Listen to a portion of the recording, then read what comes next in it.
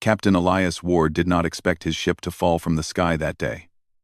The Terran scout vessel had been flying above Vorath Prime on a routine mission, gathering information about troop movements. Everything seemed normal until a sudden burst of enemy fire hit the engine from below.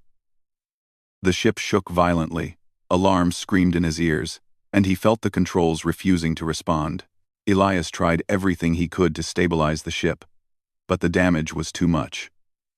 The vessel spun downward, burning through the clouds, and crashed into the hard violet soil of the planet with a deafening impact. When the ship finally stopped moving, dust and smoke filled the air. Elias forced himself out of his seat, feeling pain in his ribs but grateful to still be alive. The scout vessel was destroyed. Twisted metal covered the ground around him. He knew that staying near the crash site was too dangerous. Vorathi patrols would investigate soon, and humans were not welcomed here. He grabbed his small medkit, emergency pack, and plasma knife before stepping out into the harsh atmosphere. The sky above was a strange mix of dark blue and green, swirling slowly like thick paint. Acid clouds drifted overhead, releasing small droplets that hissed when they touched the ground. Elias pulled the hood of his protective suit tighter. He had only a few hours before the filtration system became too damaged to keep out the toxic air. Every second mattered. He moved carefully through the rocky wasteland. Strange plants with glowing leaves rose from cracks in the ground. Some were safe. Others released poisonous spores when disturbed. Elias had been trained for survival, but Vorath Prime was known for its unpredictable dangers. He followed the small path his scanner marked on the ground, hoping to find shelter, or at least stay hidden long enough to call for rescue. He walked for nearly an hour before he heard it. A soft cry, faint but unmistakable. It echoed from somewhere ahead, carried by the sharp wind. Elias froze, unsure if he imagined it. The Vorathi were enemies, and their land was full of traps and unknown creatures. But the sound came again. Clearer, this time, a cry of fear or pain. The voice of someone small, someone young. Elias did not know what he would find, but he knew he could not ignore it. He followed the sound until he reached a collapsed building. It looked like an old research facility, its metallic walls broken and half buried under heavy rubble. Acid rain had eaten away parts of the structure, leaving jagged edges and flickering lights inside. Smoke rose from somewhere deep within. He listened again, and the cry returned, coming from beneath a large fallen support beam. Elias pushed forward, careful not to cut his suit. When he reached the beam, he switched on his suit lights and leaned closer. Underneath, he saw movement small, weak, and trapped. It was a child. She was Vorathi, with pale lavender skin and silver markings along her cheeks. Her eyes, though filled with fear, glowed softly like stars, a trait common to her species. She could not have been more than 7 or 8 years old. Her leg was pinned under debris, and her hands were trembling as she tried to pull herself free. Elias knew exactly what this meant. If Vorathi soldiers found him here, they would kill him on sight. Humans were enemies. Saving one of their children would not save him from punishment, but he could not bring himself to walk away. A child was a child, no matter what species she belonged to. He spoke gently, trying to sound calm. "Hey, it's okay. I'm here to help you." The girl flinched at the sound of his voice. Her eyes widened even more when she saw he was human. She tried to crawl away but cried out in pain when her leg shifted. Elias slowly raised both hands to show he meant no harm. "I won't hurt you. Stay still. I'll get you out." Quote, he knelt beside the beam, analyzing how deeply it was stuck. It was too heavy to lift with his hands alone. He pulled out his plasma knife and cut away smaller pieces of metal first. The heat from the blade lit up the dark ruins. Once enough debris was cleared, he activated the strength booster in his suit. The motors hummed, and he pressed his shoulder against the beam. His muscles burned. The beam barely moved at first, but he gritted his teeth and pushed harder. Slowly, the metal lifted just enough for the girl to pull her leg free. She scrambled backward, Whimpering but relieved, Elias let the beam drop with a loud thud and turned to her again. "Are you hurt badly?" The girl did not answer. She only stared at him, her breathing fast and shaky. Her leg was bruised, and her foot was bleeding. Elias reached into his kit and took out a small healing patch. "This will help," he said softly. She hesitated, then nodded once. He placed the patch on her leg. The patch glowed blue as it sealed the wound, reducing the pain. The girl touched it with her fingers, surprised by the warmth. "What's your name?" Elias asked. She whispered, "Lyra." "It's nice to meet you, Lyra. I'm Elias." For a moment, she looked at him with curiosity instead of fear. But the ground shook suddenly, making both of them look up. Light flashed from above as a Vorathi patrol ship flew low, its engines roaring. The search had begun. Elias knew he had only minutes before they landed. He looked around for a safe path but found none. The building was too unstable to hide inside. The patrol ship was too close to outrun. There was only one option. He had to keep her alive and hope they would not kill him immediately. He lifted Lyra gently into his arms. She gasped in surprise but didn't struggle. Elias ran across the ruins, avoiding falling debris. Acid droplets from distant clouds began to fall harder, burning holes into the ground. One droplet hit his shoulder, and he felt the suit fabric sizzle. He tightened his grip on Lyra and covered her head with his arm so the rain wouldn't touch her. The patrol ship landed with a hiss of steam, and armored Vorathi soldiers jumped out. Their weapons glowed as they scanned the area. One of them shouted when he saw Elias. He stopped running. There was nowhere else to go. The soldiers surrounded him, forming a circle. They aimed their weapons at his chest. Elias lowered himself slowly and set Lyra on the ground. She stood close to him, her small hand clutching his suit tightly. One of the soldiers approached, clearly the leader. His armor was marked with golden lines. He looked at Lyra, then at Elias, then back at Lyra again. Confusion spread across his face. "Princess Lyra," the soldier said, his voice trembling with shock. "Are you harmed?" "What happened?" Elias stiffened. "Princess?" He had saved someone important, very important. Lyra pointed at Elias. "He saved me," she said softly. "He helped me." The soldiers exchanged looks.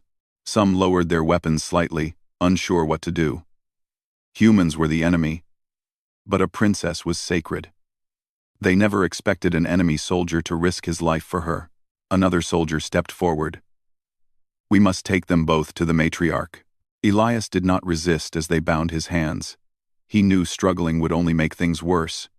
He only looked down at Lyra, who watched him with wide, worried eyes. Even though he was their enemy, she seemed afraid of losing him. As the soldiers led Elias toward the ship, Lyra walked beside him, refusing to let anyone separate them. Soldiers whispered to each other in confusion.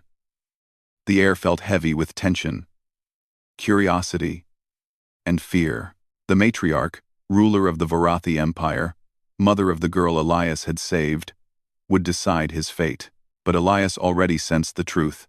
This rescue had changed everything. For him, for Lyra, for two civilizations locked in war, and nothing would ever be the same again. The Vorathi patrol ship flew smoothly through the thick clouds as Elias sat inside with his hands tied. The cold metal cuffs pressed against his wrists. But he did not complain. His mind was too busy trying to understand what had just happened. Hours ago, he had been a scout pilot. Then he crashed, saved a child, and discovered she was not just any child, she was the daughter of the most powerful leader in the Vorathi Empire. Everything felt unreal. Lyra sat beside him, her small legs swinging above the floor. She kept glancing at Elias as if checking whether he was still there. She did not smile, but her eyes held a quiet trust that surprised him. It made the soldiers nervous. They kept whispering among themselves, wondering why the princess was so calm around a human. The lead soldier, Commander Resk, stood near the front, watching Elias carefully. He did not speak much, but it was clear from his stiff posture that he did not feel comfortable transporting a human prisoner. and the princess in the same ship. Lyra leaned closer to Elias. "Are you scared?" she asked in a soft voice. Elias shook his head. "Not scared. Just thinking." "You saved me," she whispered. "I told them. I know. Thank you." Elias gave her a small smile, though he did not feel very hopeful. "Your mother will be happy you're safe." Lyra hesitated. "She will be happy about me. But I don't know about you." Elias understood what she meant. Saving the princess might have kept him alive for now, but he was still an enemy soldier. The matriarch was known for her strict decisions and fierce loyalty to her people. Elias was not sure how she would react when she saw the human who saved her daughter. Gratitude might not erase the fact that he came from a race she considered dangerous. The ship landed inside a wide hangar inside the Crystal Citadel, the heart of Vorathi power. The walls glowed with soft blue light, and strange floating orbs drifted overhead, providing brightness without shadows. The moment the ramp opened, dozens of guards in silver armor formed lines on both sides. Their weapons hummed with energy, and their eyes stayed focused on Elias. Commander Resk spoke loudly. "We are returning with Princess Lyra and a human prisoner. Prepare for escort." The guards nodded in synchrony. Elias stood slowly as two soldiers tightened their grip on his arms. As he stepped out of the ship, the atmosphere felt heavy and cold. Every guard stared at him as if he was the most dangerous creature they had seen. Elias kept his eyes forward and walked without resistance. Lyra followed close behind. When one of the guards tried to guide her toward a safer path, she shook her head and ran to Elias's side. The guards froze. Unsure how to react, Commander Resk cleared his throat. "Princess Lyra, please remain behind. It is not safe." "He's not dangerous," she said firmly. "He carried me when I could not walk. He kept me safe." The guards exchanged confused glances. None of them dared argue with her, so they let her stay near him. Elias felt guilty seeing her defend him. She did not understand the political weight hanging over his head. He appreciated her kindness, but he knew it would not protect him from the decisions of a ruler. They walked through the shining corridors of the citadel until they reached a large chamber with walls made of crystal glass. At the center stood a tall, proud woman with flowing silver hair and markings that shimmered like polished metal. Her eyes glowed a deep violet, strong and sharp. She wore a long cloak decorated with ancient symbols of power. This was Matriarch Soraka. The moment Lyra saw her, she ran forward. "Mother," Soraka knelt, taking her daughter's hands with a trembling breath. Relief washed over her face as she checked Lyra for injuries. "You are safe," she whispered. "You are truly safe." Her voice, though quiet, carried the weight of deep love. But when her eyes moved past Lyra and landed on Elias, everything inside her changed.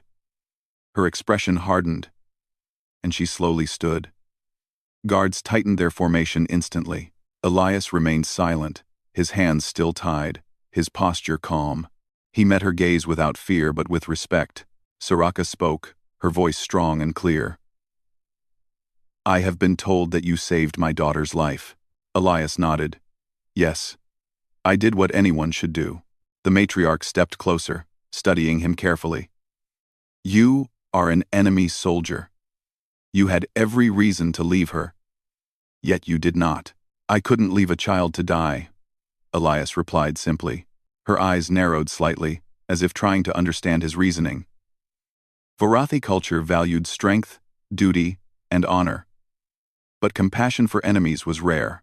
The idea of a human saving one of their own, especially a royal child, was almost unbelievable. Lyra moved between them. "He helped me. He didn't hurt me. He protected me from the rain." Soraka gently placed her hand on Lyra's shoulder. "I know." Her voice softened only for her daughter before turning sharp again when she looked at Elias. "But he remains a threat." Lyra frowned. "No, he's not." "Lyra," Soraka said, her tone firm. "There are things you do not yet understand." Elias sensed the moment turning dangerous. He kept his voice calm. "I am not here to cause trouble. I did not choose to crash on your planet. I only want to return home." Soraka raised a hand. signaling silence. She circled him slowly, observing him like one might observe a strange creature. A life is sacred among our people. You saved my child. Because of this, no one will harm you.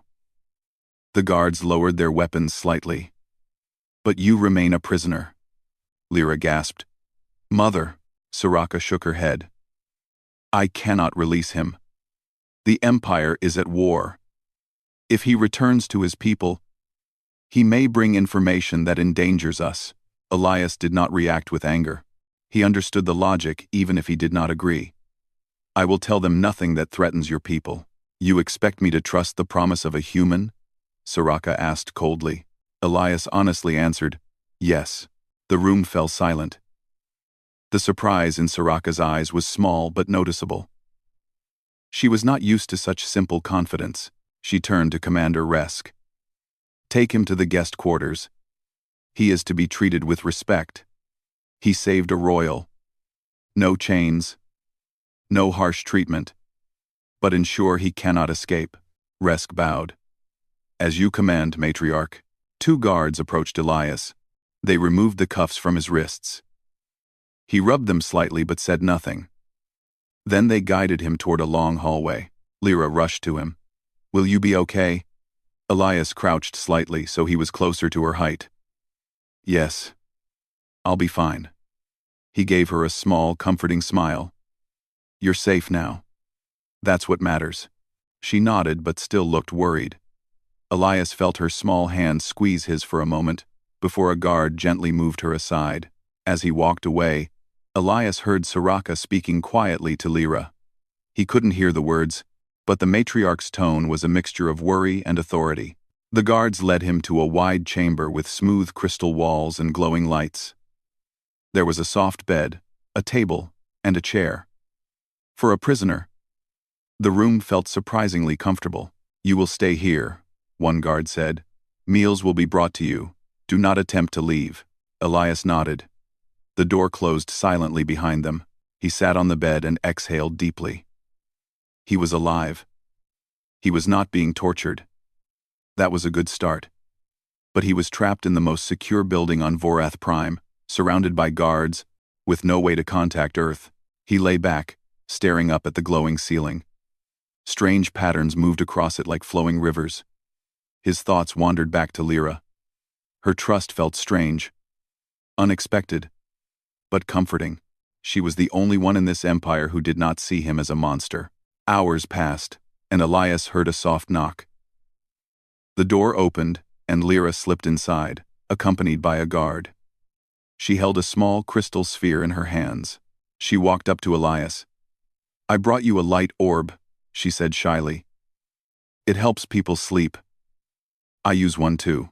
Elias accepted it gently. Thank you. That's very kind. The guard cleared his throat. Princess! We should go. Lyra nodded but looked up at Elias once more. I'm glad you're here. I don't want them to be mean to you. Elias smiled softly. I'll be okay. She turned and left with the guard. When the door closed, Elias held the glowing orb in his hands. It pulsed softly, like a heartbeat. He realized something important then. He might be a prisoner, but the Empire had already changed the moment he saved that child, and this change was only beginning. Elias woke up early the next morning, though he had barely slept. His mind kept replaying the events of the previous day, how he saved Lyra, how the soldiers reacted, how the matriarch looked at him like he was both a threat and a strange puzzle she couldn't solve. The glowing crystal orb Lyra had given him rested beside his bed, softly shining in the dim room. It was calming in a way he did not expect. The door opened with a gentle sound, and a tray of food floated into the room, carried by a small drone shaped like a metal insect. The drone placed the tray on his table and hovered for a moment before flying out again. Elias sat down and examined the meal. The food was alien, bright-colored fruits, soft blue bread, and a bowl of steaming liquid that smelled surprisingly pleasant. His hunger pushed aside his worries, and he ate slowly. He didn't know how long he had before the Vorathi decided what to do with him. Soraka had said he was safe from harm. But being a guest prisoner still meant he wasn't free. He needed to find a way back to Earth, back to his people, before they assumed he was dead, and the war intensified even more. A soft knock interrupted his thoughts. The door opened, and Lyra walked in with a shy smile. 2 guards stood behind her, watching alertly but not interfering. Lyra stepped closer. "Did you sleep well?" she asked. Elias smiled faintly. "A little. Thank you for the light orb." "It helped." Her silver eyes brightened. "I'm happy you liked it. I wanted you to feel safe." Elias noticed the guards exchanging confused looks. A Vorathi princess caring about a human was something they were not trained for. Lyra sat on the chair near his bed. "Mother is very busy today," she explained. "There are many meetings." "The council is arguing again." "About me?" Elias asked. She nodded. "Some of them are angry that you're alive. They think Mother should not respect a human." Elias felt an uncomfortable twist in his stomach. "I understand why they feel that way. But they're wrong," Lyra said firmly. "You saved me. You are brave. And you didn't run away even when the building was falling." Elias looked at her gently. "Anyone with a heart would have done the same." Lyra shook her head. "Not everyone here would. Some would save only their own people. But you saved me, even though I was your enemy." Her words stayed with him, heavy and meaningful. Before Elias could respond, the guard cleared his throat. "Princess, your mother requests your presence." Lyra stood reluctantly. "I'll visit you again." Elias nodded, watching her leave. Her presence made his captivity feel less like a cage. But he knew he couldn't stay here forever. Hours passed. Elias paced around the room, examining every detail. The walls were smooth crystal, impossible to break. The door had no visible handle or panel. Even the windows were made of reinforced energy glass. Escaping physically would be nearly impossible. But humans were known for their creativity, not strength. He had to think like a Terran. Later that day, 2 guards entered with a message. "The matriarch requests your presence." The taller one said. "Follow us." Older one said. Elias walked through the long corridors, noticing for the first time how many Vorathi watched him with curious eyes. Some looked at him with fear, others with interest, and some whispered among themselves, wonder in their voices. News about him was spreading. They entered a grand hall where Soraka stood near a large circular table. Various council members surrounded her, each wearing different markings on their armor. The mood in the room was tense. Soraka raised her hand. "Leave us." The council members bowed and exited, leaving Elias alone with her and 2 guards. The matriarch stepped closer, her sharp eyes studying him deeply. "You have caused a storm in my empire," she said. Elias sighed. "I didn't mean to." "I know," she replied. "And that is what makes this more complicated." She motioned for him to sit, though she remained standing. Elias noticed that she seemed tired, almost burdened by something unseen. Soraka spoke slowly. "There is growing unrest among my people. Many believe the war with humans must continue. Others now question everything because of what you did for my daughter." Elias folded his hands. "I didn't save her for political reasons. I saved her because she needed help." Soraka nodded. "I believe that. But the problem is not your intentions, it is the effect your actions have." Elias waited, letting her continue. "Colonies on the outer edges of the empire already resist my rule," she revealed. "They claim I care more about war than my own people. Your presence gives them a new argument. They say, if a human can show kindness, why can't the matriarch do the same? It weakens me." Elias realized that Vorath Prime was not as strong as the Terran command believed. Cracks were spreading in the Empire's unity. "What do you want from me?" he asked quietly. Soraka took a breath. "I do not know yet. But I cannot let you return to your people. Not now." Elias felt tension rise in his chest. He expected it, but hearing it spoken aloud made it real. "You said no one would harm me," he said. "Does that still stand?" "Yes," Soraka answered firmly. "You will not be harmed. But you cannot leave." He looked at her with calm determination. Keeping me here will only make things worse for both of us. The matriarch narrowed her eyes. Are you threatening me? No, Elias said slowly. But your people already question your decisions. Holding me will give them more reason. How? Soraka's expression shifted slightly. She knew he was right. Before she could respond, the doors burst open. Lyra ran in, her hair glowing under the lights. Mother, you can't keep him here, she cried. Guards rushed in behind her, apologizing, but Soraka raised her hand to silence them. Lyra ran directly to her mother. He saved me. He is not your enemy. You can't treat him like one. Soraka knelt to meet her daughter's eyes. Lyra, I know this is confusing, but I must protect our people. And who protects him? Lyra countered. Who protects someone who saved me? Soraka's face softened for a brief moment, but she shook her head. He cannot leave. Lyra turned to Elias. Her small face was full of worry and frustration. This isn't fair, she whispered. Elias crouched and gently placed a hand on her shoulder. I'll be okay, he said in a soothing voice. You don't need to worry. But he knew the situation was growing dangerous. The matriarch's trust in him was limited, and the council wanted him imprisoned forever. Later, when the guards escorted him back to his room, Elias walked silently, but his mind was racing. Staying here meant risking the entire future of Earth. Humanity needed him alive and free. Once inside the room, he sat on the bed and began thinking deeply. He studied the small maintenance drone that delivered his meals. It had simple patterns of movement and a tiny panel underneath. He had seen similar drones in human engineering labs. If he could open it, maybe he could access its internal systems. From there, he might be able to shut down the door locks, or at least create a distraction, but he couldn't act too fast. He needed to understand more about the Citadel first. Later that night, as he sat planning quietly, the door opened again. Lyra slipped in, carrying a small metal case. Elias looked up in surprise. Lyra, what are you doing here? She closed the door hurriedly. I brought you something. She opened the case and revealed a tiny communication crystal. This can connect to the outside towers, she whispered. You can send a message. Elias stared at it in shock. Where did you get this? From Mother's old room, Lyra said proudly. She doesn't use it anymore. Elias felt a mix of fear and admiration. Lyra, this is dangerous. If anyone finds out, I don't care, she said quickly. You saved me. Now I want to help you. Her voice trembled with emotion. Elias carefully took the crystal. Thank you, he whispered. Lyra smiled, but her eyes were worried. Please don't leave without saying goodbye.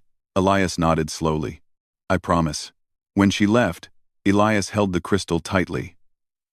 It was small but powerful enough to send a short signal across the planet. He sat down and whispered to himself, it's time. He knew he had to plan an escape.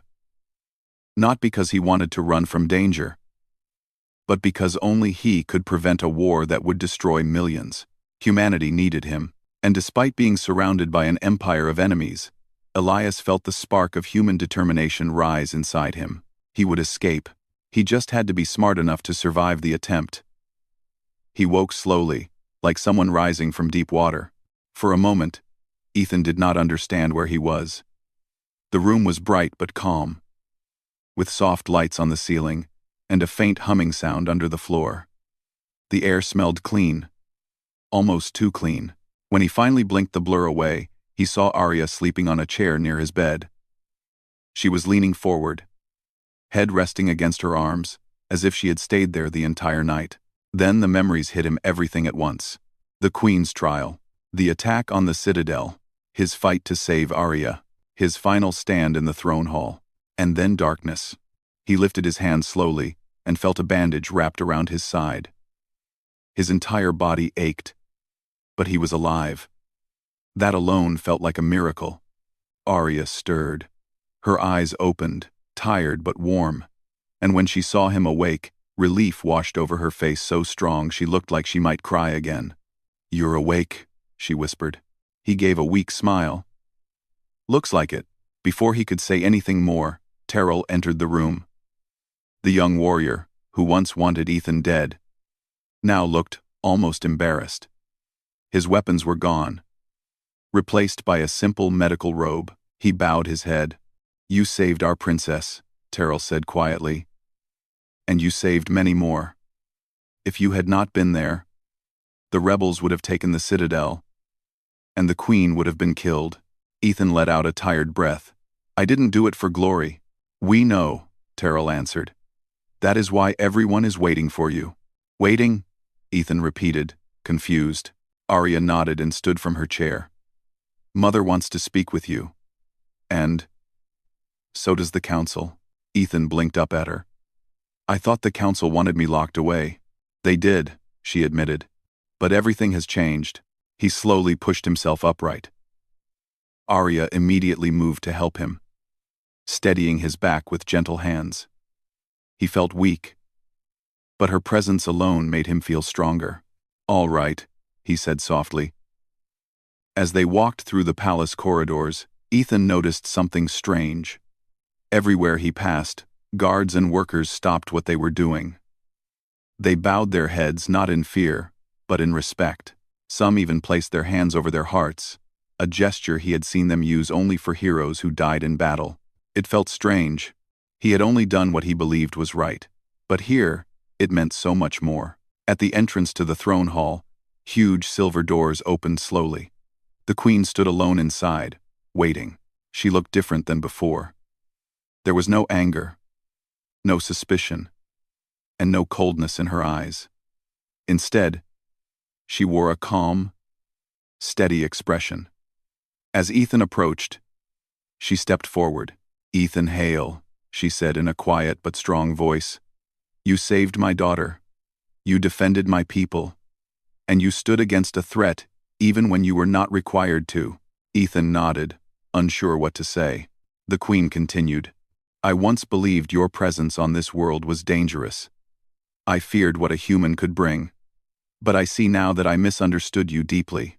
Arya stood beside Ethan, her hands clasped in front of her. The queen's eyes softened as she looked at her daughter. "You risked everything for her, even when we were enemies," the queen said. "For that, I owe you something greater than a simple apology." Ethan waited, his chest tightening. The queen took a long breath. "Your imprisonment ends today. You are free." Arya's eyes widened almost as much as Ethan's. He stared at the queen, almost unable to believe what he was hearing. "Free?" he repeated. "Yes," the queen answered. "You may leave the citadel. You may leave our kingdom. You may even leave our entire world, if that is what you wish. We will not stop you." Ethan felt a weight lift from his heart. He had dreamed of this moment for months.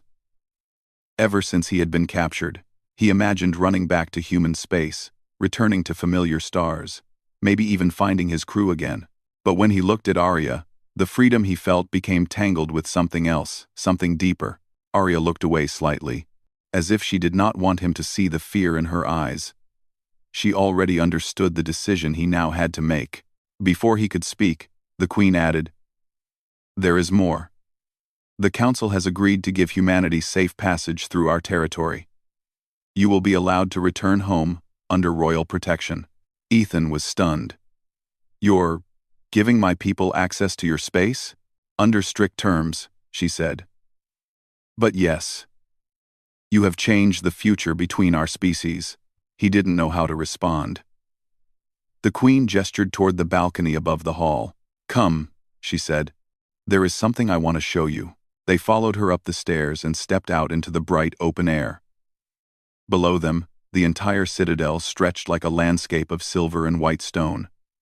Thousands of citizens filled the grand courtyard. When they saw Ethan appear, the crowd erupted not in fear, but in applause. "They gathered when they heard you survived," the queen said softly. "They wish to honor you." Ethan stared at them, speechless. Arya stepped close to him and whispered, "This is the first time they have ever cheered for a human." He swallowed hard, overwhelmed by the moment. The queen let the applause fill the air before turning to Ethan once more. "You are free," she repeated. "But before you decide your path, There is one question I must ask. You saved my daughter. But what do you want now? Will you return to your own kind? Or will you remain here? Ethan froze. He looked at the crowd.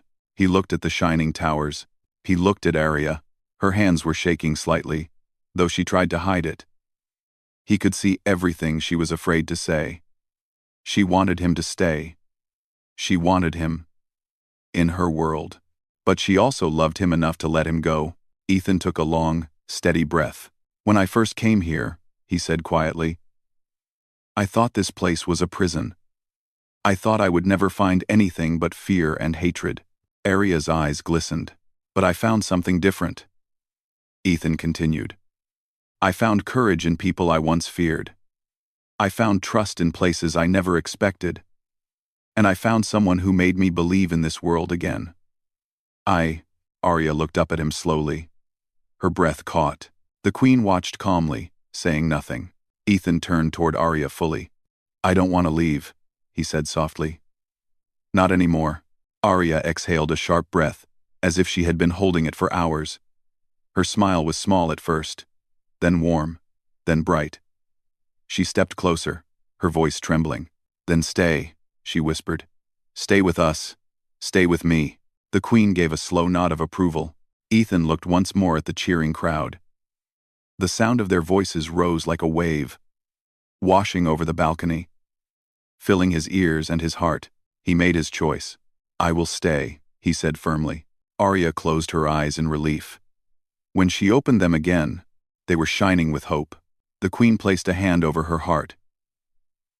Then you will not be treated as a prisoner anymore, she said. You will be honored as a protector of our kingdom. Terrell, who had followed silently, stepped forward and bowed deeply. And I will fight beside you, human. You have earned that right. Ethan felt the last pieces of fear fall away. This world was no longer his cage. It was his new beginning. As the crowd celebrated below and the sun rose over the alien towers, Ethan felt something he had not felt in a long time. He felt home, and beside him, Arya whispered the words that sealed his place in their world forever. You saved my life, she said softly. Now let me spend mine protecting yours. Ethan smiled. Then we protect each other. The queen stepped back, giving them space, her expression soft with pride. And so, in a world that once feared him, a lone human stood among thousands, no longer an outsider, but a guardian, a friend, and a symbol of a future where two species could choose hope over hatred. Humanity had sent him into unknown space, but he had found something far greater than survival. He had found a new destiny,